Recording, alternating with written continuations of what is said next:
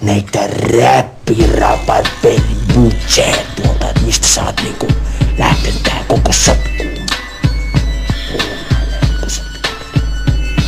No mä aloitin 20-luvun puolivälissä yhdessä punkkibändissä. Sen bändin nimi oli Hermanta ja sen toisen nimi oli... No onks sulla mitään heittää esikuva tai niinku et ketä sä dikkailet, kun sä oot tämmönen sormikarju?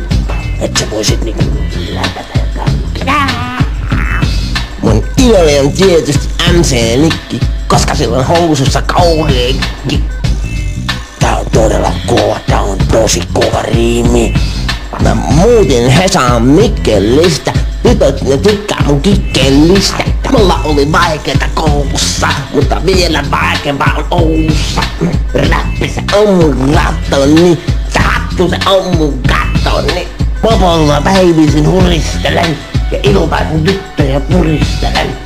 Tää on meidän vaan loppuun asti, tää uutisella 110.